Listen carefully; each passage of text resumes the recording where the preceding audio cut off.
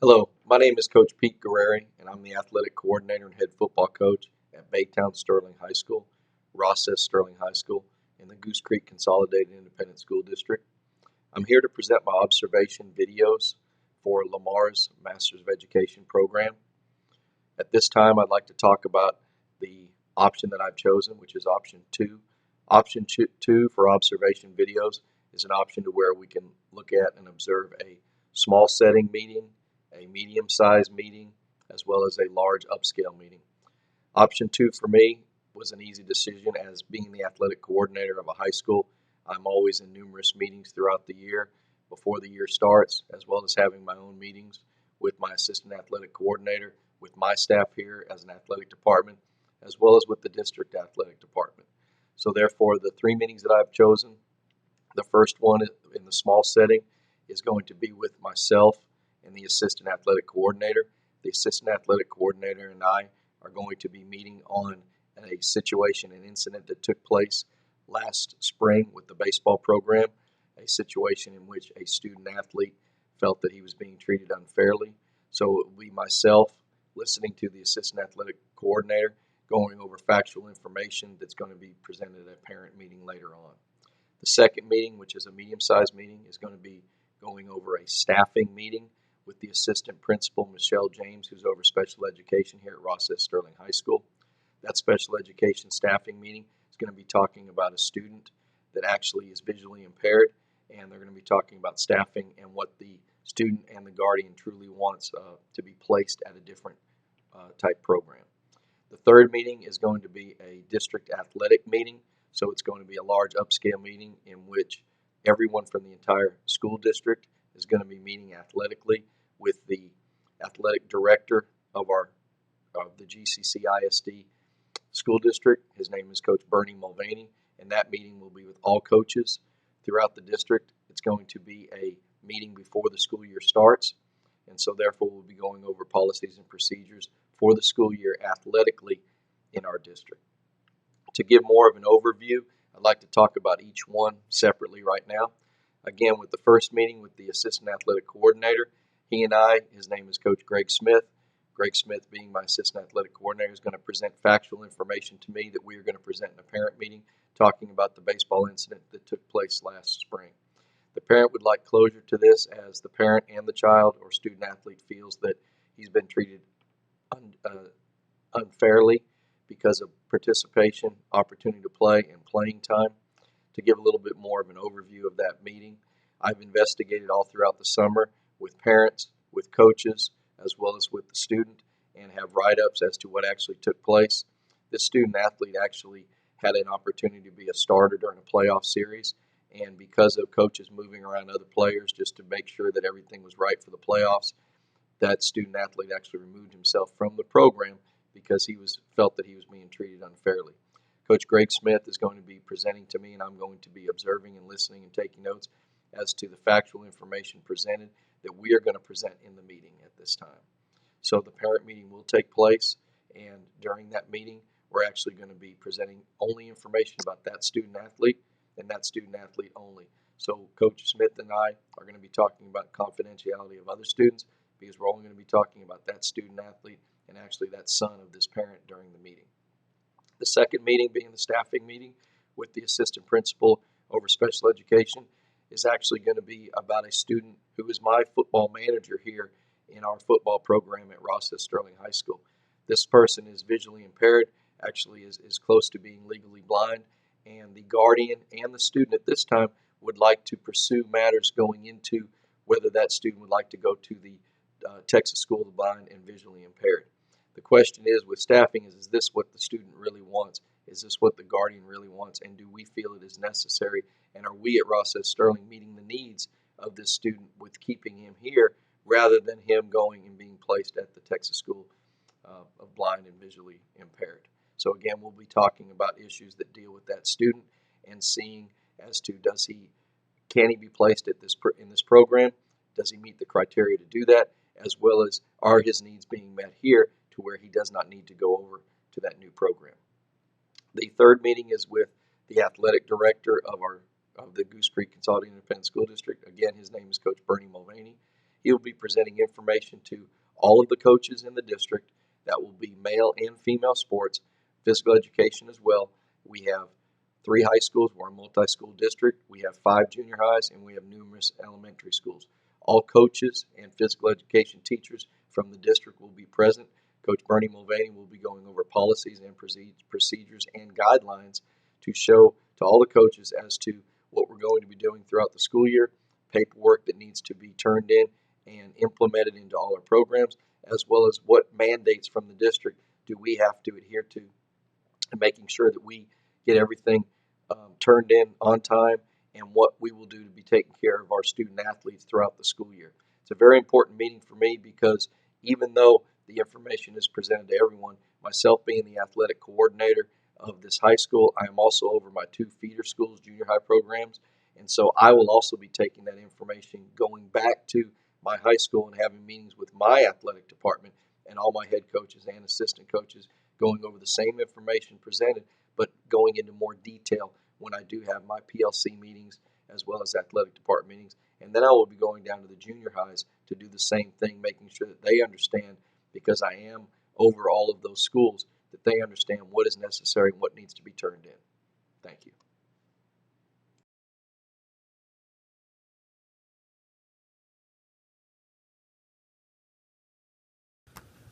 Coach, we're here today to talk about a student and baseball player that plays for Coach Shibley on our varsity baseball team. Last year, at the end of the season, during the second round of the playoffs, this student had quit the baseball team because of playing time. Make a long story short, he had somebody in front of him at his position at catcher.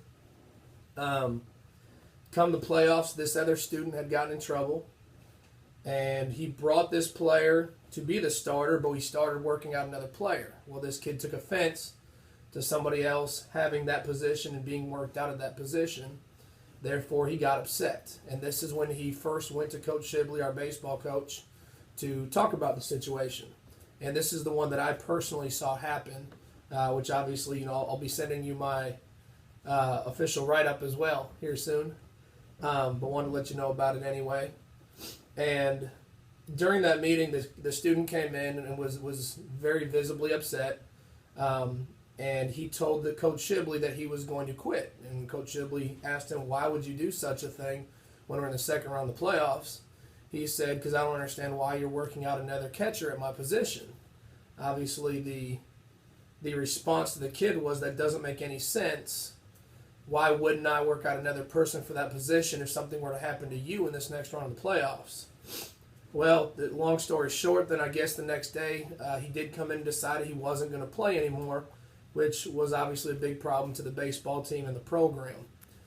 The parents have now come forth and over the course of the summer decided to throw him a fit. They've now contacted all of us here. I know you've gotten the same email that I got. And I believe they're probably going to go to Coach Mulvaney or higher-ups other than us. But from what I know, we're going to have a meeting this coming week. I think, this week tomorrow. This parent's going to come in. I think you and I need to probably sit down and talk with them.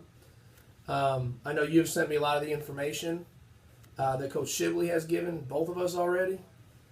So I think our best plan of action is probably sit down with all of these forms, make sure we're all on the same page. I know you've already told me that we're not going to talk about other students. Well, if you look in the packet at one of the pages, he definitely talks about other students. He has one other player in particular that plays second base, where he talks about some things that happened to that student, which obviously is not going to happen. That's not something we're going to talk about. So when he starts bringing up other people, I think we need to make sure that we exit that very, very quickly, because that's not the purpose of this meeting. The purpose is basically to hear this guy out. Some of the other things that he talks about in his emails that Coach Shibley has sent both of us is things such as language, talking down to kids, talking about their confidence level, and things that he doesn't believe are what a good coach should do. Well, I think you and I are both in agreement that Coach Shibley's done a phenomenal job. It's obviously an irate parent, so I think as long as we kind of know what's coming and are prepared for this meeting tomorrow, that it probably shouldn't be much of an issue. Some other things he talks about, it was not even, had nothing to do with even the playoff situation. Had to do with a game going to Port Arthur, in which he originally was going to be named the starter for that game because Port Arthur's typically not very good. So I think he was originally going to get some playing time in that game. But then last minute, he showed up sick the day before, and then was told he's not going to start. Well, I'm not really sure why the parent would even put that in here. If he's sick and misses practice, I think every head coach on the planet would be in agreement that he no longer gets to start that game. So I still feel like he had his opportunities there, and he kind of blew that one on his own. I'm going to guess he's going to bring that situation up. And I think that's just all the things he just kind of has in here, and he still talks about the student having dreams of playing college baseball, and that Coach Shibley's the guy that's holding him back from that. But in all sincerity, I mean, the other kid is an all-district player. I don't think there was any question as far as who was the starting catcher in that role.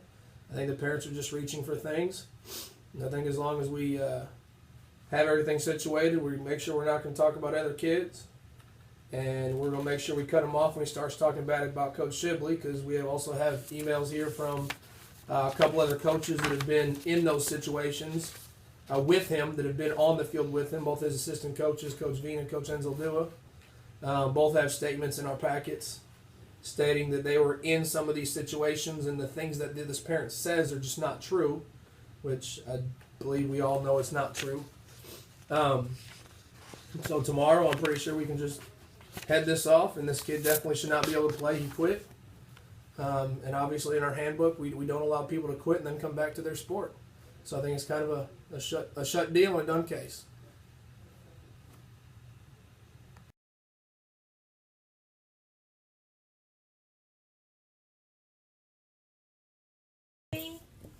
Clint has more of the information. Okay.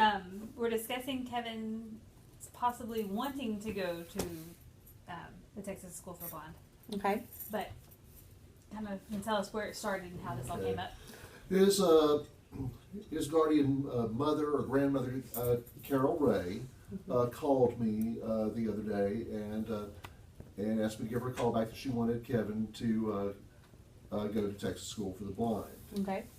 And when I pressed her asking why, she gave me answers such as, well, Kevin doesn't want to take his equipment around, doesn't want to use his equipment, it makes him feel insecure,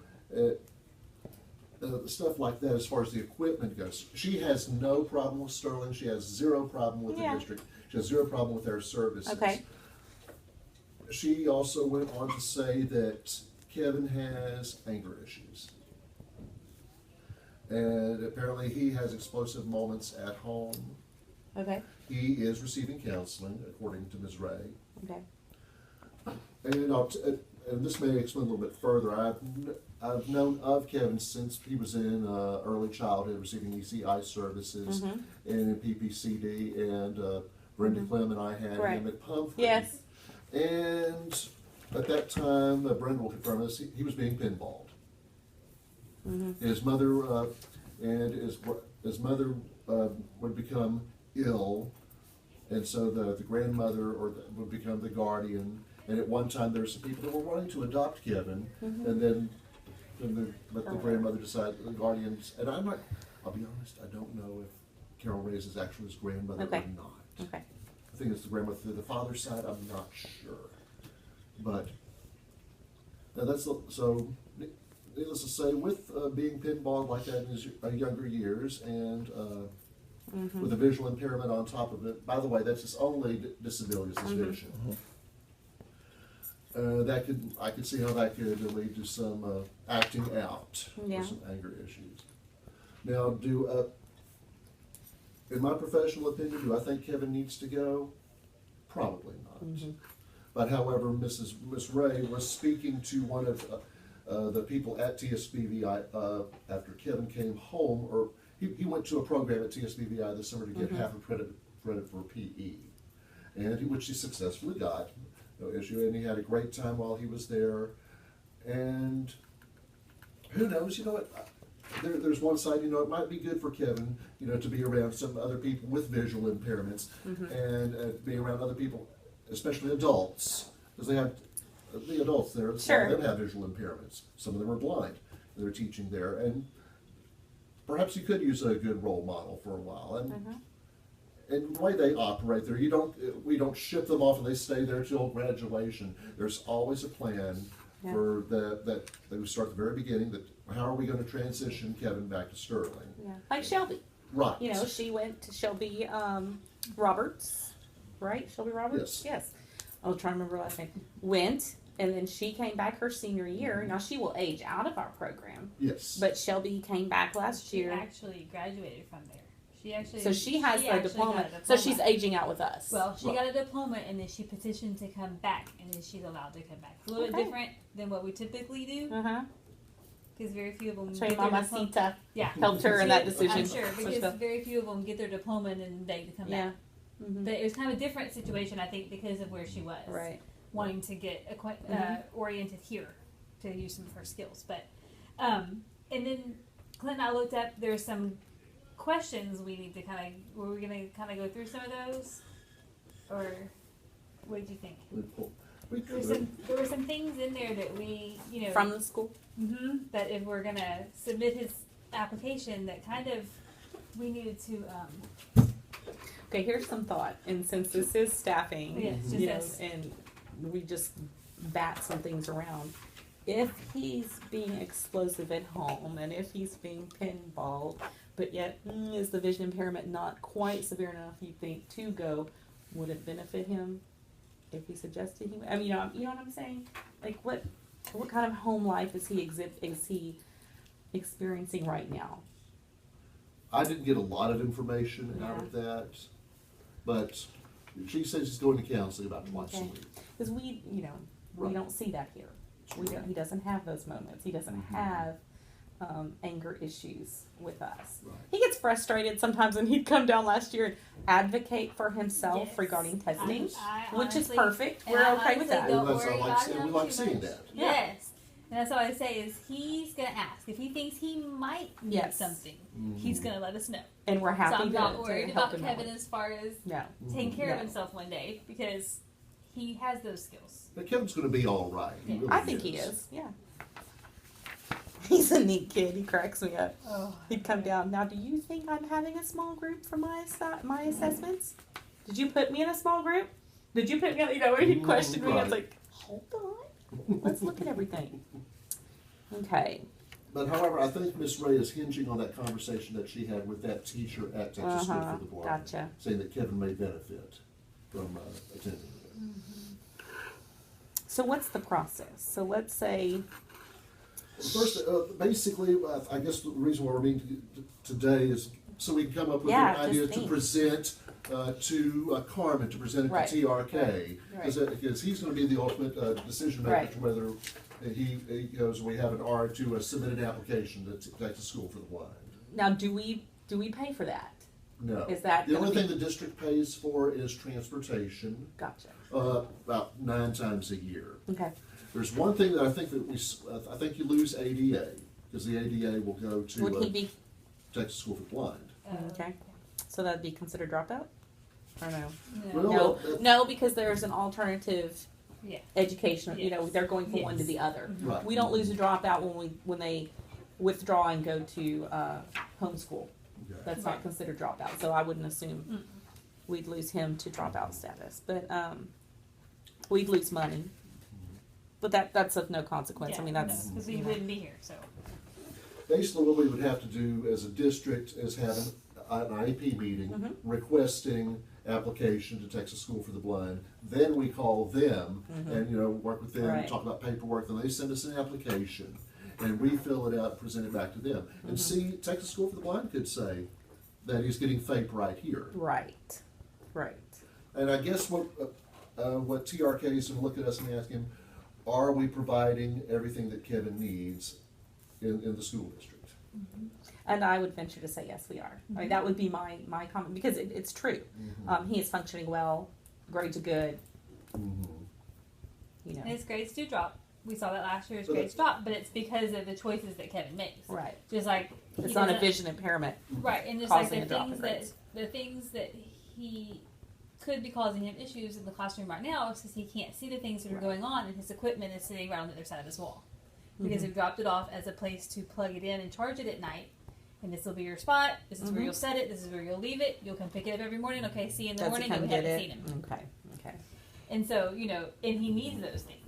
And then see, it's very common with a student with low vision not to use his or her equipment. They don't like to be seen as being different. Right. So having one of those stand magnifiers in front of them, Right. or having a projection, or having a computer screen projection, they think this looks perfectly fine, but using one of these things does not. Right. Yeah. Yep. Okay. And he likes that. What he hasn't gotten his iPad yet, so he likes to use the iPad as his.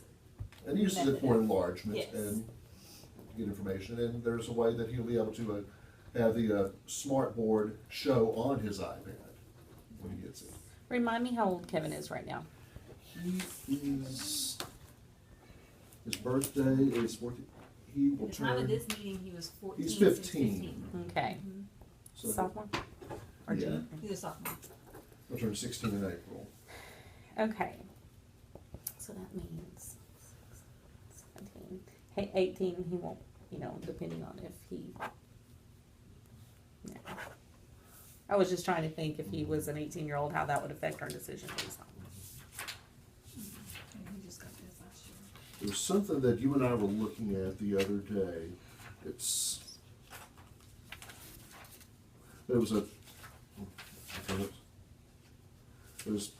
Take a look at the bottom of page 16. There's a three-pointer thing here. 16. We don't have a 16.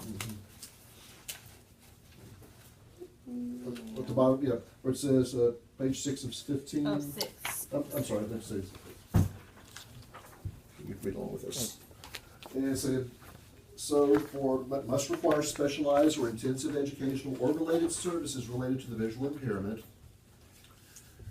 And right now, he receives VI services and O&M services.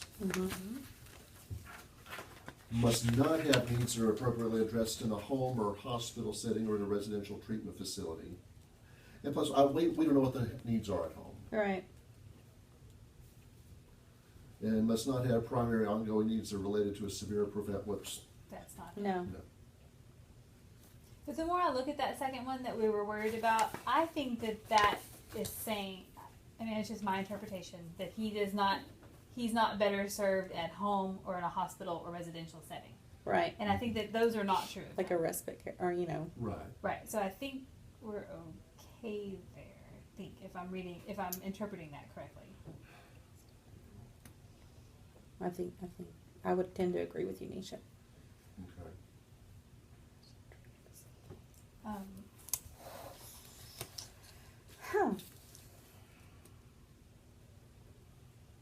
Okay.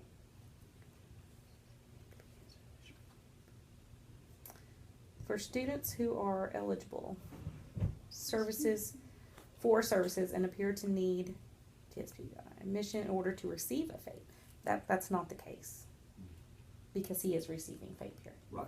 Right. That's the thing. If this is based on whether or not he's been provided. Right. So how did Shelby get to go? Like, what was her, just the I severe? really don't know. That was years ago. Okay. 'Cause I think she started going to junior high school. Yeah. Yeah. She went for a while. So I just wonder kind of how they, and she's more severe True, and and she had severely impaired than. there were some cognitive deficits Yeah. as well, and she's also a dual sensory learner. She was doing both Braille and reading, Okay. multiple equipment. Appears to be receiving. But is the guardian, whoever she is, Carol Ray. Carol Ray, is Miss Ray going to push this, do you think? Is it going to be one of those things that we're going to end up pushing our end to let it come back on School for the Blind to say no? Or is it one of those things that Dr. Culture is going to say, we're not taking it that far? I think the next step is for TRK to talk to Ms. Ray. Okay. And that's really, I think. Okay. When is our scheduled, or do we have one yet? We don't. Okay. No, his annual isn't due till Till March. March. so this was just brought up because she brought it up. And And we wouldn't need to have a meeting unless it becomes evident that we're going to have to have a meeting to recommend. Request admission to Admission. TSBVI. Mhm. okay. And then we would have to have a meeting. Otherwise, we talk through this, and if Dr. Kelchner gets it squared Okay. away and talks, they discuss that that's not the best idea at this time, then we don't even need a meeting Okay. because we've just kind of. And like I said, we know Kevin's very opinionated, Oh, yeah. and he does not want this. Has he expressed this to you? What do you feel his? Well, I heard that he's interested. He's He's interested. Yes, he's interested. And in going. she's I think he helping I pursue- think he wants to go. Okay. Well, it's cool. I mean, if you think about it, it's almost college atmosphere of dorms, and you're away. And you're around other people that Yeah, have that visual are impairments. that are like It you. can become a vacuum if you let Yeah. it. Right. That, yeah. That bothers me. Because Kevin does do well. I've seen him on the sidelines. Oh, he we're does, speaking of Kevin. yeah, and he does do well. Uh-huh. And so you hate to take him and now put him in this vacuum with only Right. visually impaired other students. Because he has a lot to overcome here, and he's So I see. I mean, I even knowing this was coming up, really watched him a couple Fridays ago. And really watched him down there, and he does well. Because there was a He couple does. times that I'm like, oh.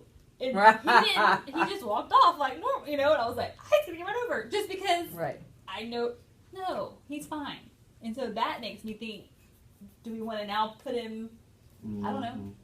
I don't know. In a more restrictive environment. But it depends on the emotional needs too. That may have something to do with it. Well, and there may be so much of that we don't know because he Mhm. doesn't show that here. True.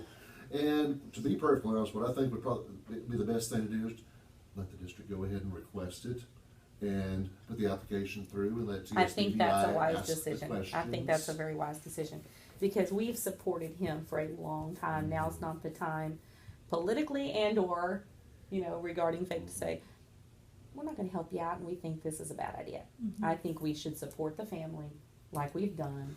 Right. What information do you need, and let it. So what would we do? You'd let Dr. Mm-hmm. Kelchner know, But He's going to tell us discuss whether it, we can go on or not. and then he'll let us know what to do next. Yeah. Do you think that, that's what? that's the thing. I go to Carmen. Okay. Carmen goes Right. to TRK, and he'll let us know, or he'll talk to Ms. Okay. Ray himself. Okay. Okay. That's what I'm thinking. Okay. And you'll Yeah, make that that sounds contact. fine. You'll Yes. just kind of say, okay.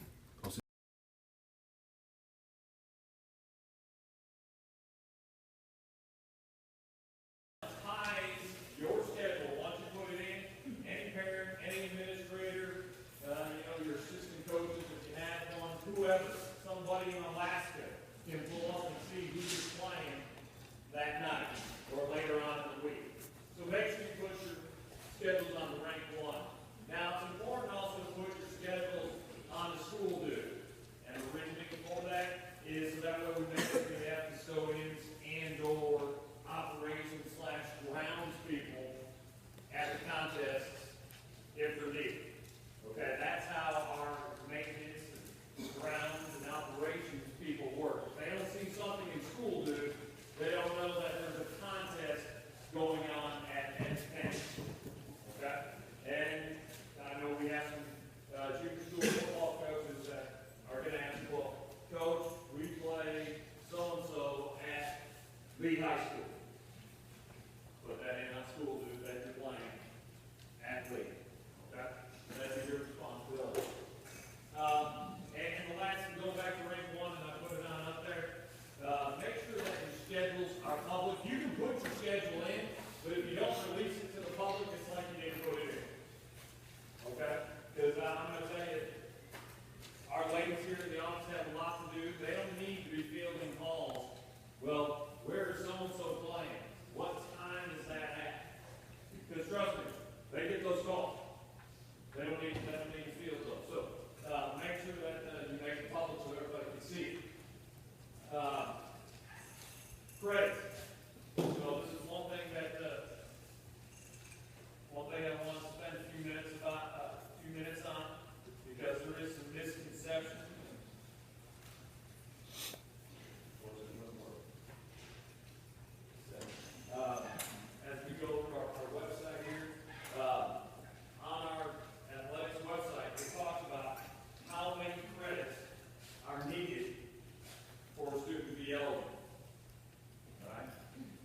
Now, every year we go over this stuff, and I know it may seem a little mundane, but I want to make sure there are no questions whatsoever on that. Okay, this is our website. Many of y'all are used to it. But if you want to find the athletic department, you come into departments, and it used to be right there, right under department's home. Well, now we're under administrative services. One of the changes Mr. Price brought in, he put everything that's under his window in administrative services. So you see everything that he's in charge of. Well, athletics is one of them. So there we are. So when you're trying to tell your parent when they have to do the online forms, or they're trying to find where their schedules are, you might have to walk them through that process because it's not easy to find. All right? I apologize for that. It's just, that's how it is, and so we need to make an adjustment. So anyway, getting back to credits. You know, you can come here and look at our Goose Creek, see that Goose Creek Consolidated Independent School District deal, and you can see right there, great check dates. You can see when you talk about 7th through 9th grade, and we've talked about this before, promoted, not placed. That's what makes them eligible. 10th grader has to at least have 5 credits in the last calendar year. 11th grader 10, 12th grader 15. Okay. Any questions on that? It's pretty straightforward. And also with that, this also lists when the grade check dates are. I'll slide around and show you that. And it talks about where you gain and where you lose. On progress report, just a nice simple rule of thumb, you can only gain. Can't lose eligibility. Okay. Now, 6 weeks grade, you can gain or lose eligibility. So the easiest thing you can tell your student athletes is it's much easier to start with being eligible than it is to try and gain it back. Because guess what? You may fail math in the first 6 weeks.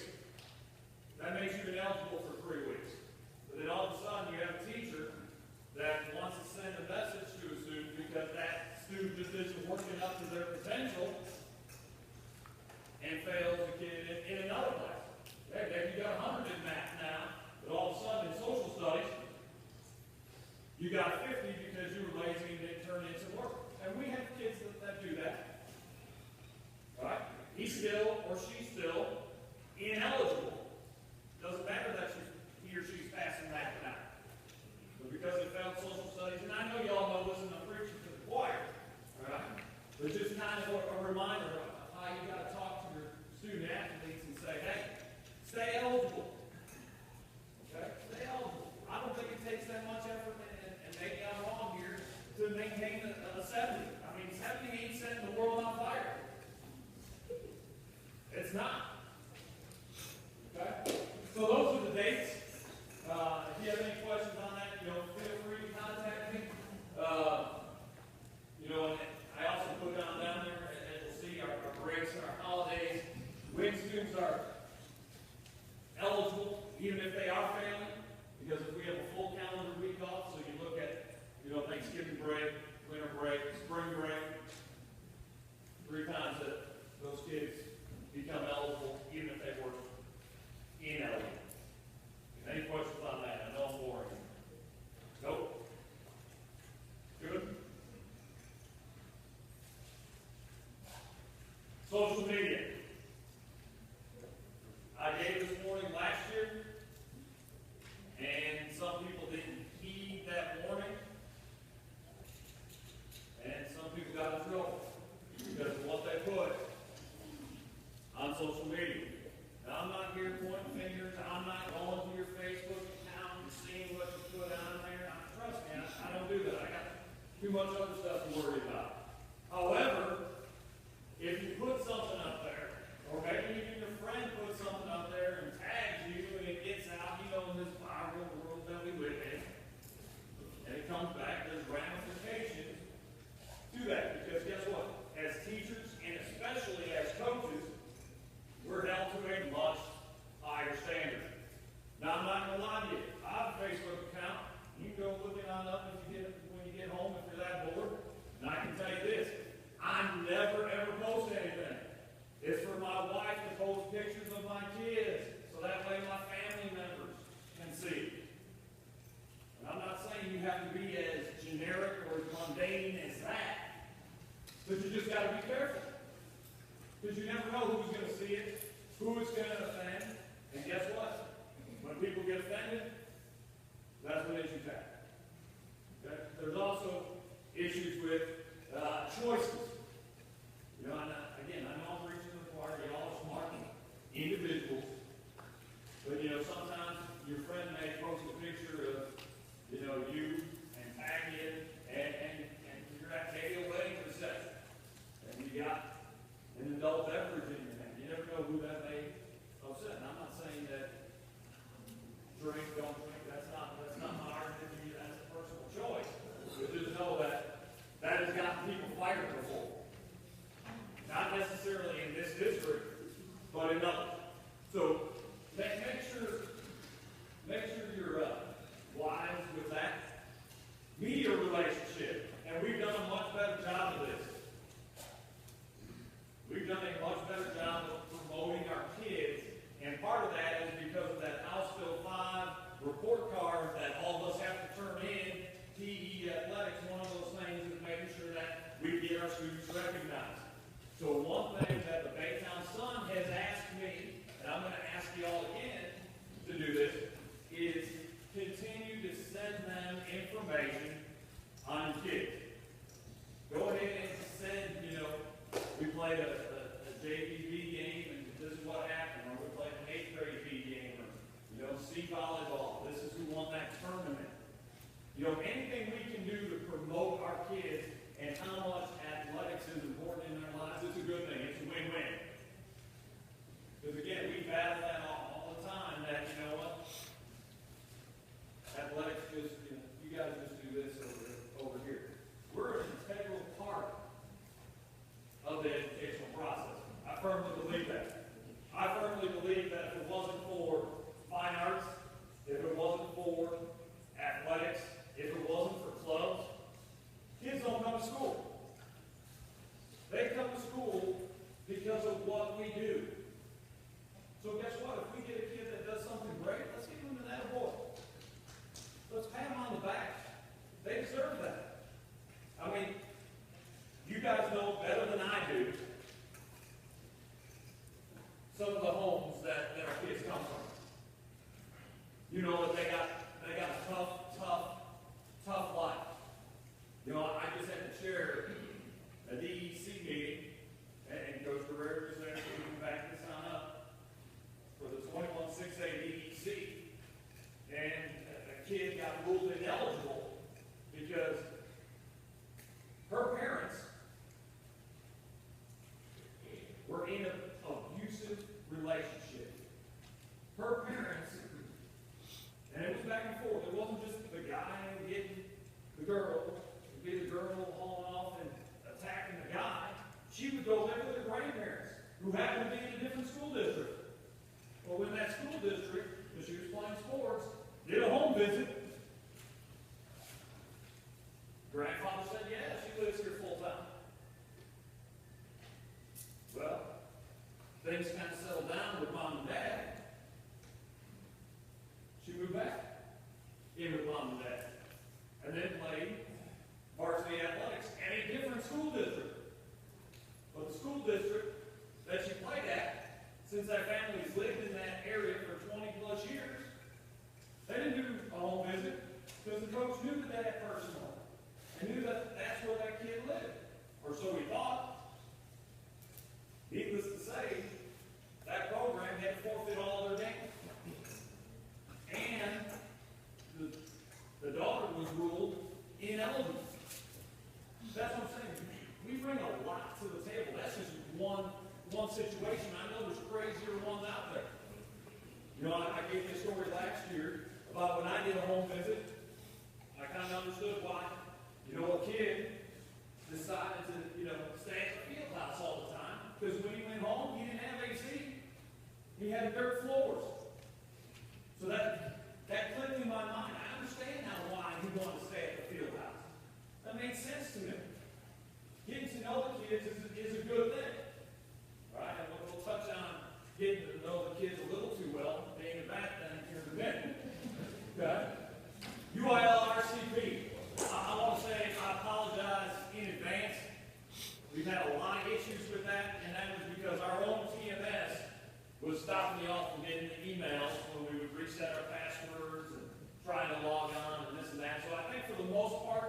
we have that fixed. There's a few issues.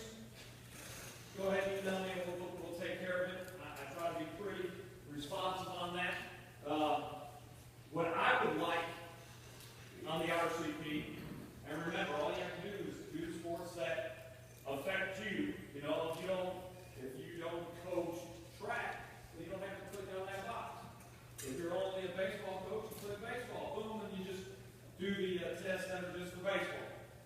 Okay, you don't have to be like me that has to take every darn test. Trust me, that ain't fun.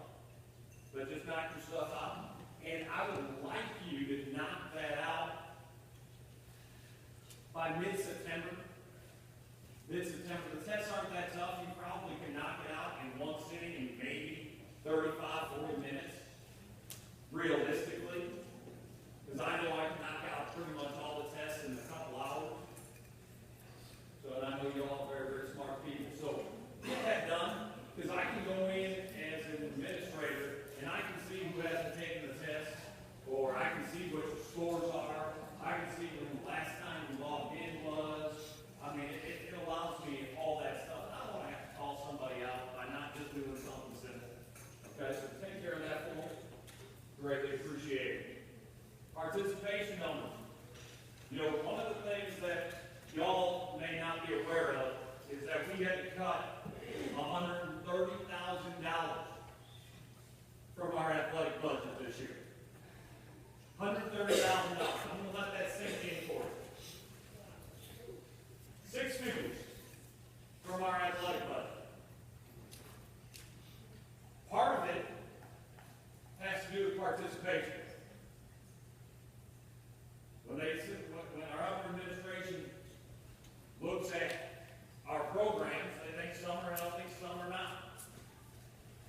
And so then I get the question, well, Coach, why are we funding this program at this rate when they don't have what this program has, and you're funding them at the same rate? Okay, I'm not telling you to keep turds. I'm not telling you to keep kids that don't want to be there. Not saying that. But just know that part of why we're in the situation where we had to cut that much money is because of our participation numbers. So that leads me to tell you what we cut. For the most part, I try to keep everybody's budget as close to what it was last year as I could. Unfortunately, that didn't quite happen. There was a little cuts just on everybody, but that's just how it happens. But I did cut 100% gone any student meals. So I know that affects more of the high school group than the junior school group. So if you're looking to come to the athletic office and get a check cut in order to feed our kids because you're going to Beaumont or you're going to Huntsville to play volleyball, unfortunately, there is no money for that. That is gone. One thing I'm a big believer in is coaches' education. You know, I'm a big believer in education, period. That's why Cheryl's here. But I cut all of our coaches' travel. And I don't like that. But the choice came down to, do I fund our supplies so that way our kids don't have to do without? Or do I take care of us traveling? And I know that's great. Hopefully, you know, things change a little bit. We get more to a balanced budget and that money comes back. Because I certainly want you to continue to go study your craft. Whether it's basketball, whether it's football, soccer, swimming, whatever it may be, I want you to go continue to learn. That's what I said before. I'm a big believer in that. But these cuts were tough. You know, I look at whittling down some programs. Found a way to do it without just throwing those programs away. We had to put some different restrictions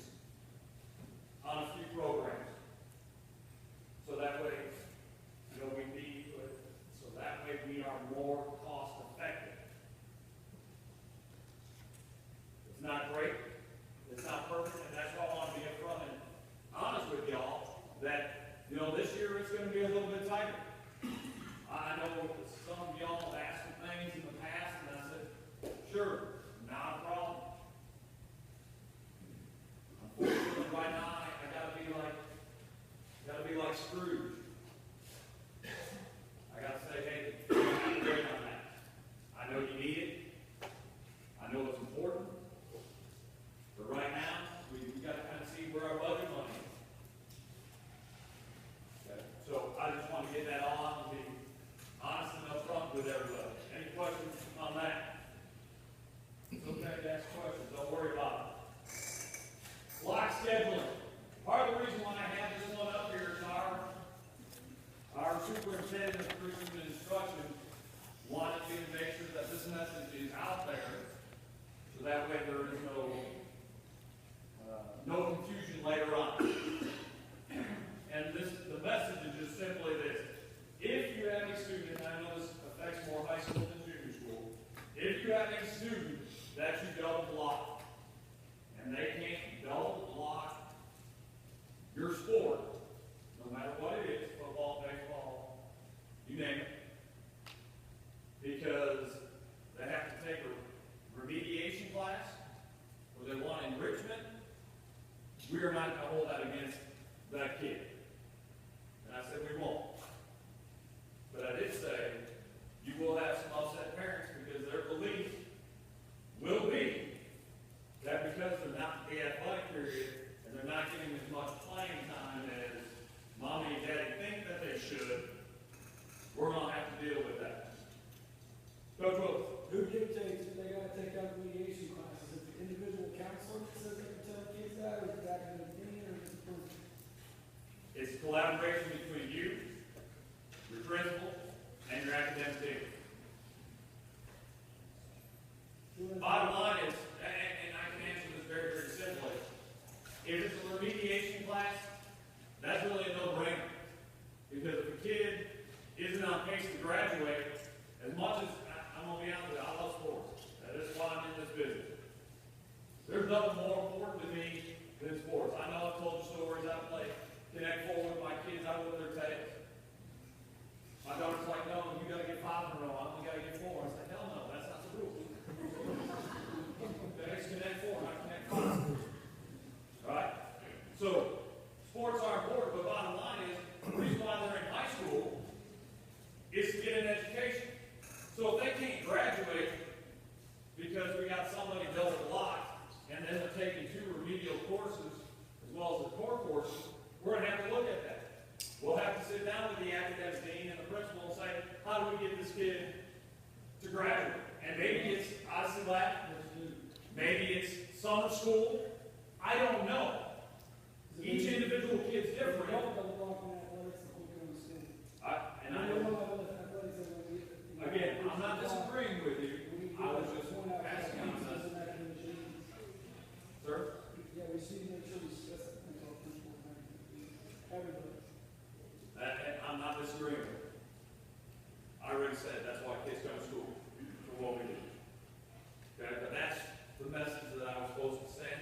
So, bottom line is, deal with your academic needs, and I know it's more of a high school issue, but I just wanted everybody to be on the same page. Bottom line is, our job is not only to do great with them in athletics, but to help them become productive citizens and help them graduate, whether it's junior school, whether it's high school. If we do that, I think we're pretty successful.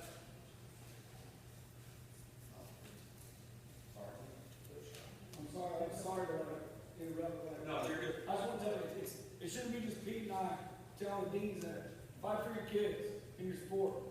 You know what I mean? Don't let these counselors tell them that they can't be in a class because they do it over at our place way too much.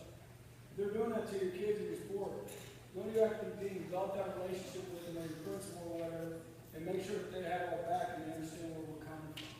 You know, because it would be a lot more of a valid point than just coming from us two. Everybody got me? Thank you. Sorry to interrupt. Anything you'd like to add to that, Pete? No, sir. Just a rapport. You know, the rapport with the principals and the academic dean. That's it. But the kids, especially with the block scheduling, Coach Mulvaney alluded to this a little bit. we got to graduate these kids, so they got to do what they can, number one, to be promoted, whether it's the 5, 10, 15 rule or 5 credits, from the previous year. Bottom line is they have to be in classes, and if they're not going to graduate, they're going to have to be put in other classes. But there are other options, like Coach Mulvaney said, Odyssey as well as summer school. We're telling all of our kids, hey, the classes that are double blocked, and our kids know as freshmen, incoming freshmen, you've got to pass your classes. And if you can't pass your classes, then you're going to have to go to summer school to either get ahead or to get that requirement back so that you can be double blocked. So again, these kids have other options than just being put in classes. How's the video coming? Wonderful. Okay, great. All right, the next thing I have up here is teacher-student relationships. Now, this is not a subject that I really want to talk about. However, it seems like every year, and it's social media, I'm not going to lie to you, every year there are more and more This has and become more a news participating stories video. about a teacher and a student in inappropriate relationships. I'm here to tell you today, not to build relationships with our students, I'm not saying that, but you need to guard against any misconception of being inappropriate. There's a number of ways to do that. If you are a male coaching a female sport, and you need to get messages out to your players, maybe you use Remind 101. I think that would be appropriate. Inappropriate would be maybe, friending them on Facebook. And I know you're like, Coach, nobody would ever do that. It happens, that's why I have to say it. Okay? I don't want to beat this point or belabor it, but always protect yourself. Always protect yourself. There was a case down in Goliad. I don't know if you know where Goliad is, but apparently the head coach was accused of saying some inappropriate things. Kid said he did it. He said he didn't. I mean, it's just enough to tarnish your reputation, even if it's not true. That's the worst thing about an accusation like that. So protect yourself, guard against that. If you think that you're going to have issues, bring in another coach with you. So that way you have another adult to back up your take on things. And, if you see one of your fellow co-workers, and I know this is hard, but if you see them doing, you might even pull them aside and say, hey, you might want to rethink that. Okay? That this is a fraternity, we're all family, and if I see somebody doing something that I don't think's right, I'm going to say something.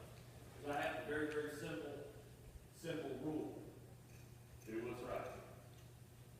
If you do what's right, even if I disagree with you, you're going to be fine.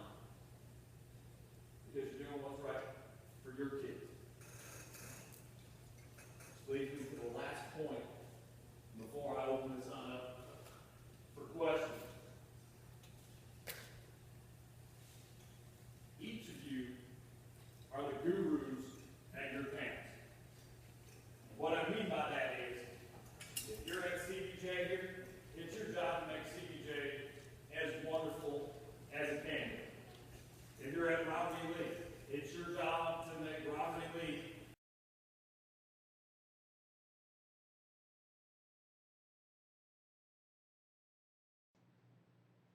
For this first reflection of my observation video, I'm going to be reflecting upon the small setting with the meeting with the assistant athletic coordinator and myself, with the assistant athletic coordinator presenting information about the baseball incident. And it's a pre-meeting going over information, factual information, exactly as to a parent meeting that's going to be taking place about the removal of a student from the baseball program and the closure that the parent would like to seek. So therefore, during this meeting, I observed Coach Greg Smith, my assistant athletic coordinator, directing me as to what factual information is going to be presented in the meeting. He talked about confidentiality, making sure that we're only going to be talking about the student athlete in question, which is the parent's son only. We're not going to be bringing up any other issues. The information then was presented from Coach Greg Smith about some problem-solving strategies as to what actually took place during the removal of the student athlete. The student athlete actually removed himself from the program and decided to quit the baseball team during the playoffs. So therefore, what other things could have been done differently by the head coach, the baseball coach here at Rossett Sterling High School? What other strategies could have been done to talk to the student athlete, to go over with the parent that things could have been handled differently, and give some options as to what could have been done better and why things happened the way they did happen. But again, the main issue is to present the factual information and making sure that everyone understands as to what actually took place. A lot of he said, she said. There's information presented. I have all the factual information from write-ups from coaches, from write-ups from parents, as well as write-ups from the assistant athletic coordinator who was present during the first meeting with the student athlete, talking about his opportunity to be a starting position player, but then felt he was being treated unfairly later on because of other movement of other players to back that position up. So therefore, the assistant athletic coordinator has presented me with information as to what actually took place during that meeting, as well as all the write-ups. And I was observing that the style of his leadership was that he was going over information as an athletic coordinator, as our assistant athletic coordinator here, so that he can make sure that the chain of command and what level of that chain of command and authority is going to be taking place during the meeting, who's actually running the meeting, who's in charge of the meeting, how the information is going to be presented. We're going to be allowing the parent to speak, as well as taking notes during that time. But again, just to make sure that we get all of our factual information present, and that make sure that everyone understands the roles and the defining roles of each person present. During the parent meeting, it will be myself being the athletic coordinator or campus athletic director, the assistant athletic coordinator, which again, having meetings, you always want someone else present during your meeting with the parent, because again, if it's just two people, then you still could have he said, she said going on, but with a third party present, now you do have someone else that can take notes and then can corroborate stories and actions that actually take place during the meeting. So again, defining roles is very, very, very important, making sure that everyone understands the authority figures present, as well as the professionals that are here as well during the meeting. So I'm listening to and have observed Coach Greg Smith going over factual information again about the incident that took place, about the removal of the student athlete. He has made sure that the roles are defined as to who's going to be in the parent meeting and what authority figures, as well as factual information. He's also talked about the confidentiality of students and the student athletes, making sure that we're only talking about the son of the student athlete that's in question, not going into any other detail or talking about any other parent involvement or student involvement, only talking about the son that took place and was removed from the baseball program. Thank you.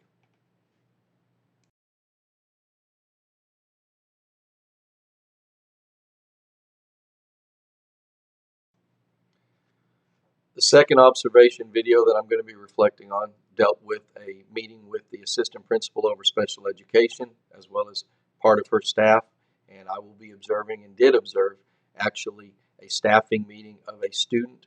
This student is actually visually impaired, and the student and guardian would like to pursue possibly going to the Texas School of the Blind and Visually Impaired rather than staying at Rossett Sterling High School for to be in the special education program still. This student is actually a football manager for me, and so therefore I'm well acquainted with him, and observing this staffing meeting allowed me to get some more insight as to the special education needs of this student.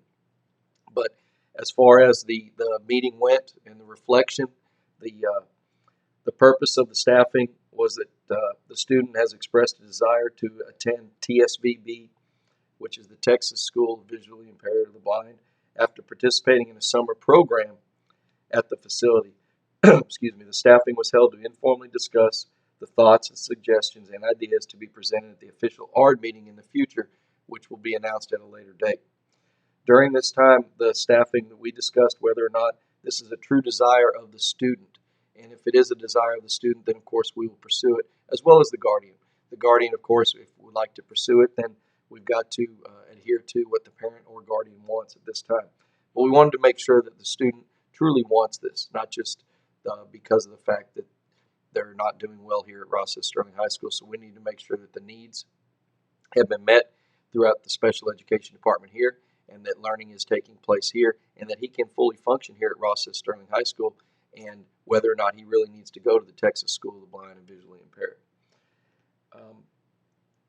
Mr. Harwell, who was part of the meeting, shared information that the student has outbursts at home and seeks outside counseling regarding anger issues, per the guardian, none of which have been witnessed here at the school. The person also fully participates in all academic requirements on campus in his LRE, which is least restrictive environment, as well as serves as student trainer for the football team with myself. Members of the staffing are in agreement that we all agreed, and again, I was in observation, and then afterwards, after turning the video off, then I spoke a little bit, but everyone was in agreement. The district is providing FAPE, F-A-P-E, which is a free and appropriate public education in the most LRE. After reviewing the information, we all agreed that Kevin will most likely not qualify for this type of program, but will assist him and his guardian in the application process during his next annual ARD if that is their desire to do so. So again, during this time, the assistant principal, laid out the authority figures as to herself being the head of special education, made sure that everyone knew their roles during the meeting, during the meeting, what would take place in the ARD, but then again talked about the allowing the guardian and guardianship of the student to be what's important. And we needed to take into effect the student at this time as well. So therefore, during this staffing meeting, it was just talked about as to what the student's needs being met here at Rossett Sterling High School, which they felt that they were, that through the ARD meetings and the process and the paperwork, everything legality had been done correctly, and this student is being met here at Rossett Sterling High School. His needs are being met. He's mainstreamed into all classes. But if the student would like to pursue going into a different program, then that is up to that student. Qualifications and criteria were looked at the Texas School of Blind and Visually Impaired, and it looks like on paper anyway that this student probably would not qualify. But we, as a school district and meeting the needs of all students, and in this case the special education student, decided that we will still pursue the matter if the parent or guardian would like for this student and the student would like to try to enroll into that program at the Texas School of the Blind and Visually Impaired. So we will not stop that process if that student would like to do so, even though the criteria may not be met for him to get into the program. Thank you.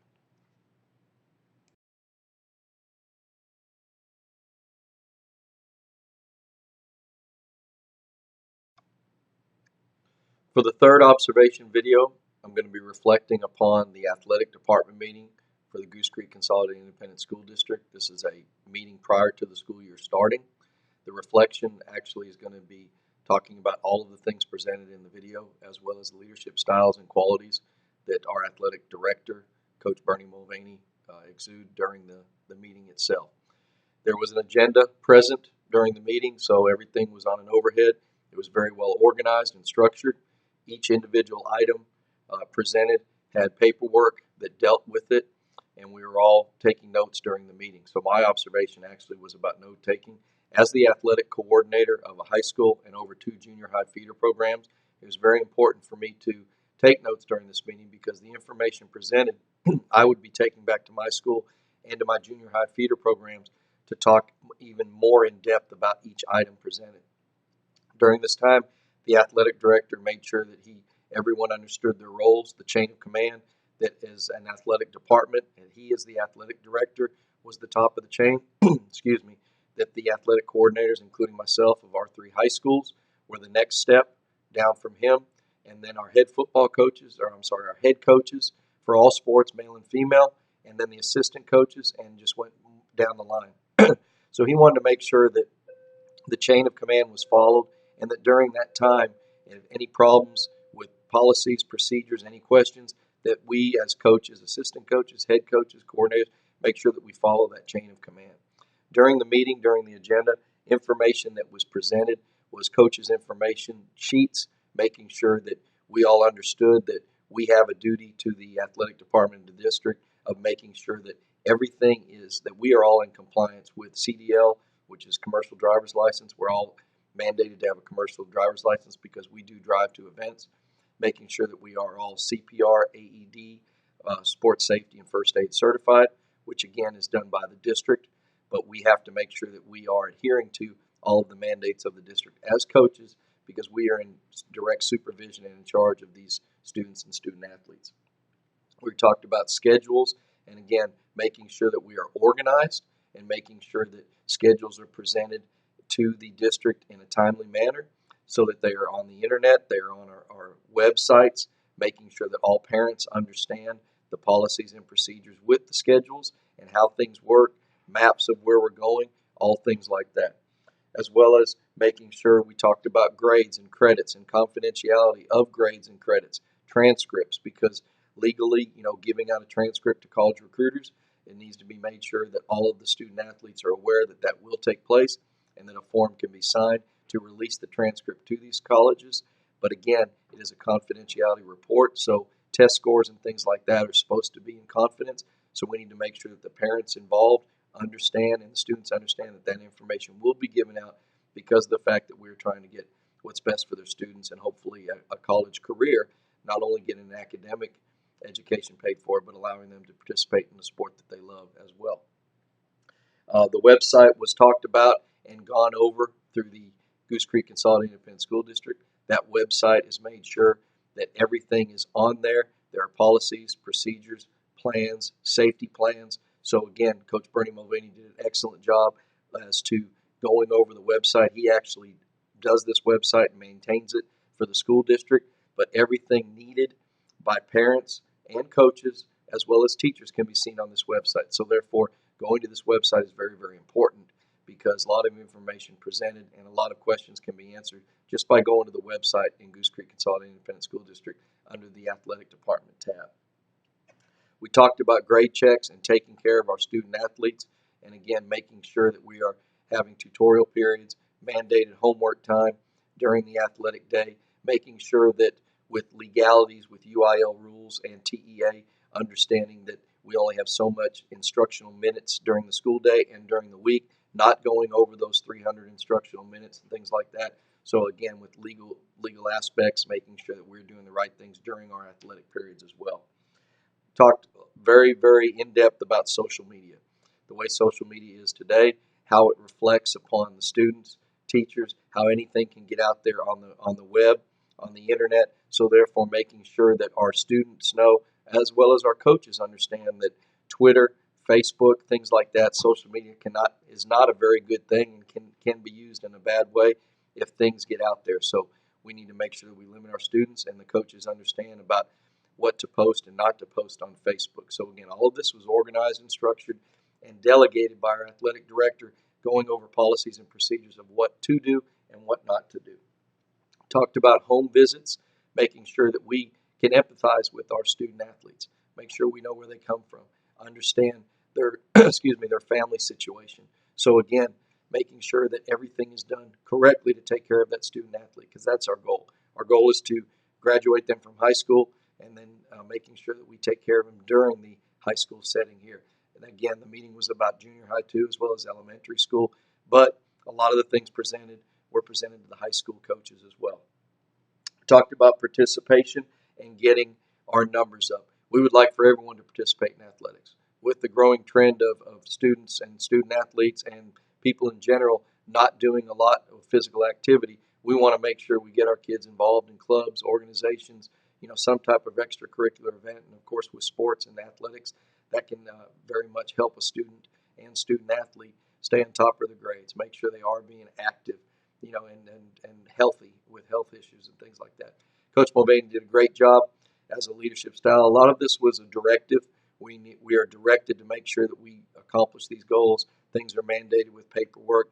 We are to make sure that we understand that we are in charge and in the supervisory role of all of these student athletes, not just during the teaching part of the day, but during the athletic part of the day. So again, through his leadership qualities and his directive and being well organized and having great knowledge of the material he presented to us, now I can take back that information and present back to all of my coaches, male and female sports, as well as my 2 feeder schools, and go into more in depth of the things that was presented during this meeting. Thank you.